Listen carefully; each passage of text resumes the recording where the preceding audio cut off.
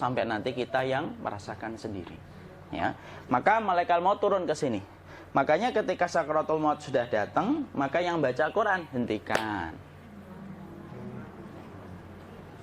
Kenapa? Oh, memang gitu. Ya.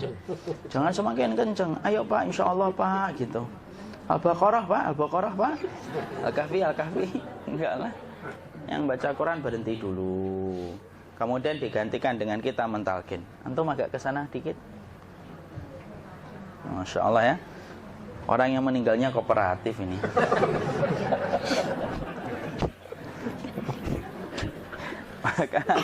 maka agak ke sini ya.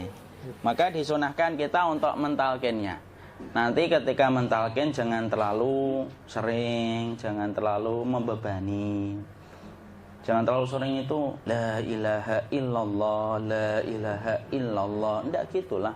Berat nanti dia ngerasakan. Di situ Imam Qurtubi juga menyampaikan, jangan terlalu sering karena itu memberatkan dadanya. Jadi ketika mentalkin saya sampaikan, boleh diganti atau enggak Ustadz? Enggaklah, talkin itu ibadah. Ibadah itu tauqifiyah. Tauqifiyah itu enggak usah diganti. Karena Rasulullah mengatakan lakinu ala mautakum la ilaha illallah. Talkin orang yang meninggal di antara kalian dengan la ilaha illallah. Enggak usah diganti Allah Ustadz yang lebih singkat, lebih pendek. Enggak usah. Subhanallah Ustadz, enggak usah. Kenapa? Karena talqin sudah ditetapkan ucapannya oleh Nabi, begitulah kita mencontohnya. Jadi tidak usah diganti. Cara mentalqin, jadi kalau keadaan sudah tenang, tolong kalau sudah sakaratul maut jangan ditinggalkan. Karena sesungguhnya pertempuran setan itu pada detik-detik kematian semacam ini. Dan betul-betul berusaha untuk menjadikan dia murtad. Nanti makanya di situ di buku nanti dibahas kan, pertempuran setan itu sampai detik-detik orang mau mati itu sudah ayo kufur, murtad aja tuh, kamu sakit kan? Nah, itu kayak gitu. Makanya jangan ditinggal. Capek gitu kok nggak meninggal gitu ya. Udah gantian mas. Dan jangan kemudian meninggalkannya. Ah mangkat dulu gitu. Enggak lah, janganlah. Terus ditampingi terus. Kalau bisa ya sudahlah, berikan waktunya kita untuk sementara waktu itu betul-betul berkhidmah kepada orang yang kita cintai terakhir kalinya. Cara kita kemudian mentalkin adalah, yaitu adalah di sebelah kanannya la ilaha illallah. Biarkan dia mencerna dulu, tidak usah buru-buru kemudian kita langsung nimpali lagi. Dia mencerna dulu sembari kita doakan, peluk, ya Allah dimudahkan gitu. Kalau ada orang yang bisa ngucapin la ilaha illallah, itu siapa yang memberikan itu? Ustadznya memberikan kekuatan Allah Pak. Karena ngomong aduh aja sudah tidak mampu. Makanya Allah berfirman dalam surat Ibrahim, yusabbitullahu alladhina amanu bil qawli tsabit fil hayatid dunya wa fil akhirah. Allah teguhkan perkataan orang yang beriman dalam kehidupan dunia dan akhirat. Dunia itu ya ketika menjelang kematiannya. Makanya dia bisa ngomong la ilaha illallah. Sebenarnya ngomong aduh aja udah gak mampu. Kalau bisa ngomong, dia pasti ngomong aduhnya dulu. Tapi Allah yang menggerakkan. Ngomong la ilaha illallah. Makanya makana akhiru kalamihi la ilaha illallah dakhalal jannah. Barang siapa akhir kalamnya itu adalah la ilaha illallah, pasti masuk surga. Makanya kita lagi la ilaha illallah. Dah. Cerna dulu. Enggak usah minta diburu-buru ya. Enggak usah gini. Ayo la ilaha illallah. Ayo.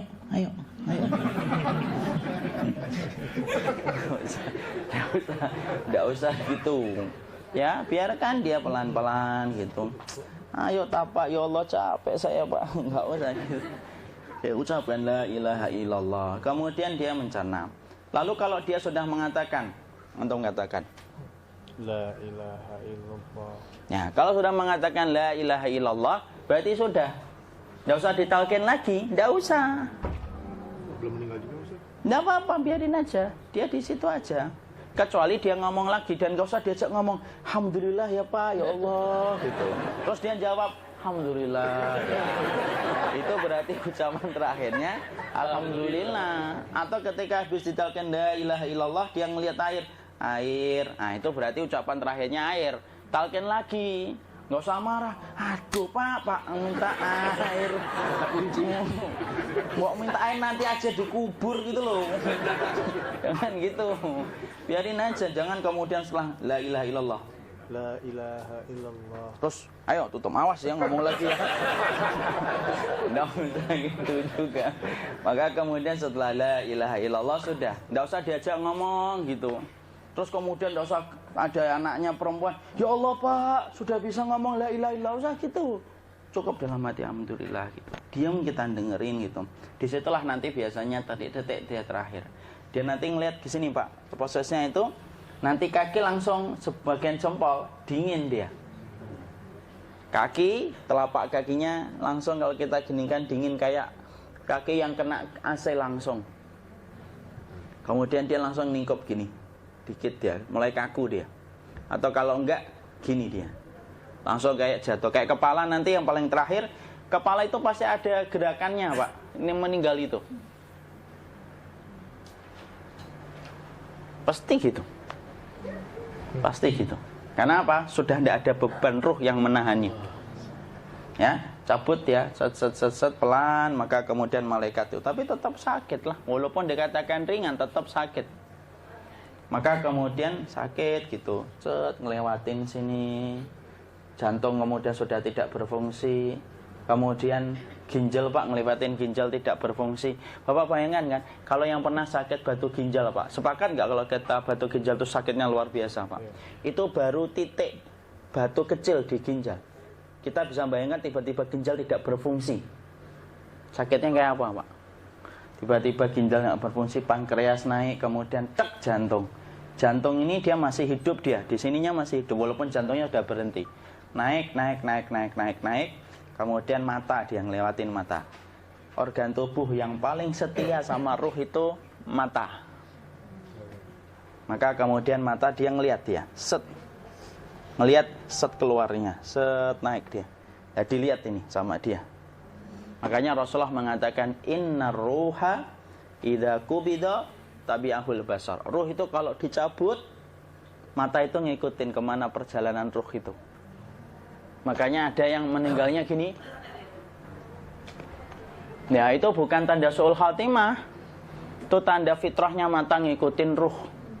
Atau kemudian bukanya sedikit. Ada yang kayak senyum Pak. Ada yang kesini yang keringetan. Nah itu tanda husnul khatimah. Ada yang senyum. Jadi sakitnya setelah selesai itu plong gitu loh. Makanya kemudian ada yang tersenyum.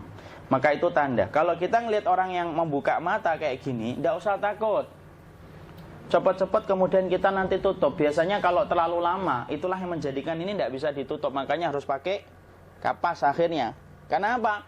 Karena pas meninggal nggak langsung ditutup. Biasanya karena perawat takut, dokternya juga nggak tahu itu, dibiarin itu. Makanya ada beberapa mata yang ditutup pakai tensoplas kan?